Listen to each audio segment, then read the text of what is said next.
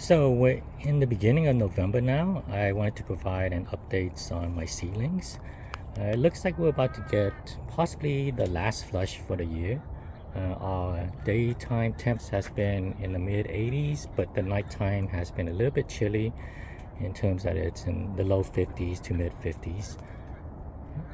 Here's the seedling project that I have.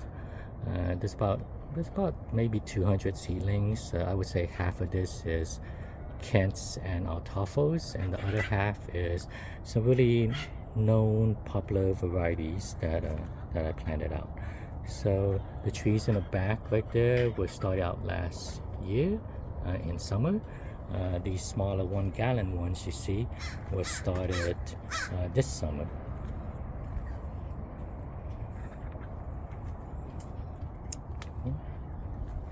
Lots of these 1 gallons do need uppotting.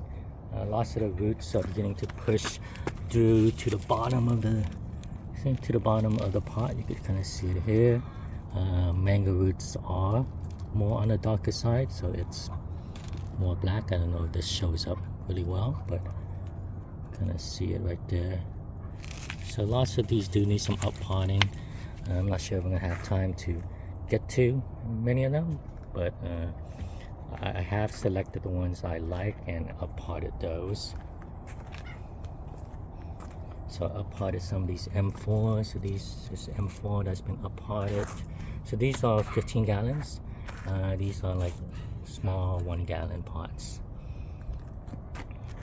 So these ones in the 15 gallons, a lot of it I've been kind of selecting for a flavor profile, so that's why you kind of see how they've been kind of uppotted and kept in larger pots, just to kind of make sure they grow well.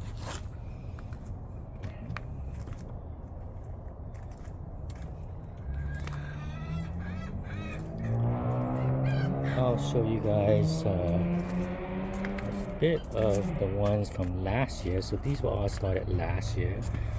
Most of these in this pot right now, it's a 15 gallon pot. Most of the trees is about 2.5 to 3 feet tall, at least. That's about how tall it is right now. They've grown quite well. These are Kent seedlings that you see here. I did lose quite a bit of Kent seedlings this winter that we had.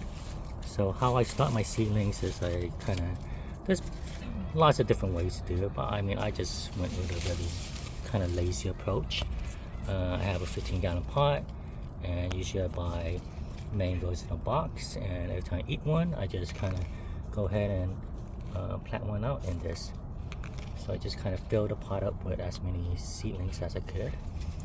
These are the Kents, and I lost probably, I think probably half of them died this fall, the Kent seedlings. So unfortunately that happened. But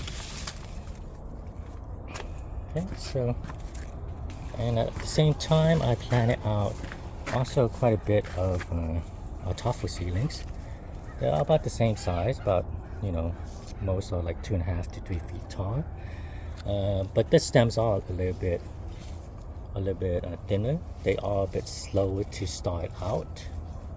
You know, they don't start out as quickly as the Kents, but I've noted several times in my videos why I do prefer Altafos versus Kents. So here's the pot. It's still quite full. I did lose a few in the pot this winter, but most of them survived fine. And the first year they're very kind of small, and usually, but the second year they get larger. They're slower to grow, but they kind of grow at a very kind of steady pace. You know, you got to be a bit more patient with these. It might be due to being polyembryonic. That might be the case versus kind of like the monoembryonic Kents, where each of the embryos has a lot more energy. I'm not really sure why they start out slower, but they do. But they continue at a decent pace. So if you see right here, the pot is still quite full. Only a couple died this winter. So these are the Altafos. Again, these ones in the back were planted out last summer, so it's a little over a year and a half. A year and a half or so, a year 3 months up to a year and a half in age for these plants. I plan to separate them out next year if I have the time, but right now they seem to be doing pretty good in the pots. And these are 15-gallon pots. I don't really do anything special with the soil. I just make sure that my soil does not contain any kind of organic mulch or bark in it. So for the most part, some of these have different mixes in terms of the soil I'm using, but at least a third to a half of it is peat moss, and the rest is a mix of sand, pumice, perlite, whatever it could be. As long as it's inert soil where none of the material is going to rot away, the mangoes do pretty well. And these mangoes don't seem to need a lot of fertilizer, so that's just my recommendation on soil in terms of what you guys use. Go with, again, inert, inorganic material. Don't use any potting medium that has bark, as those would tend to rot and kind of hamper the growth of these mangoes.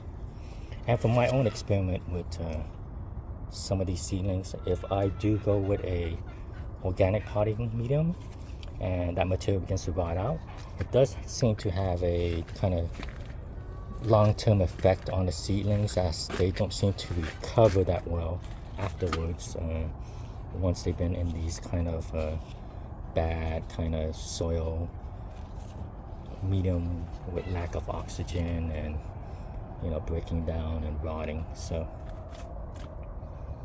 that's my comparison of the two varieties I have, Kents and Altafos. And I mentioned quite a few times before that I do prefer the Altafos. I think they are a much hardier rootstock for California. The Kents are nice too, but I need a bit more time to experiment with the Kents. I've ran into quite a few setbacks with them. So, and here's the other 1 gallons you see here. These are various named varieties, seedlings of it. I got some cotton candy here. You see this is cotton candy. Have quite a bit of sweet tart growing. Quite a lot. These are sweet tart right here. Quite a bit of honey kiss. This is a Bombay. Some Cogs Haw. Back there, some Saint Alone / Guava variety seedlings. Pickering. This is a Pickering. Another Pickering. Sweet tart. Honey kiss. More sweet tart. The only really slow grow I really had has so far been the Maha. And the Maha, when I did start them, those embryos were very tiny. They were like the size of like a quarter. So that might be a bit of the reason, but the Maha is a bit behind compared to a lot of other varieties. Okay. Some Rosy Gold here. And this one's a nice size Maha, but these are smaller ones. Lemon Zest. Honey Kiss. Some more sweet tart. I got quite a few lemon zest out there. Another lemon zest. This is some curry seedlings. There's like 2 or 3 of them here. Some more lemon zest. Lemon zest. Lemon zest is a really good variety. Unfortunately, that variety is really prone to fungal issues. So I'm growing out some of these seedlings. I'm not really sure what I'm going to do with them yet, but we'll see. This is a nice size. Kind of sweet tart here. Coconut cream. Another coconut cream. Didn't I mention this is M4? I got some tiny M4s here. M4, some sweet tart. This is Bombay, lemon zest, another lemon zest, another lemon zest. I'm kind of selecting this for the Indian flavored. I had a few that's really strong in terms of the spiciness and floral component of it. So hoping it develops some sort of flavor that's very close to Alfonso. That's my kind of hope, or at least that kind of flavor profile. And this is a coconut cream. There was a bit of, if you see some of the leaves that was distorted like this, it was due to aphids. I get a lot of these ants that are farming these black aphids that mangoes have. So I would have to kind of make sure I spray for them and catch them before they get out of control.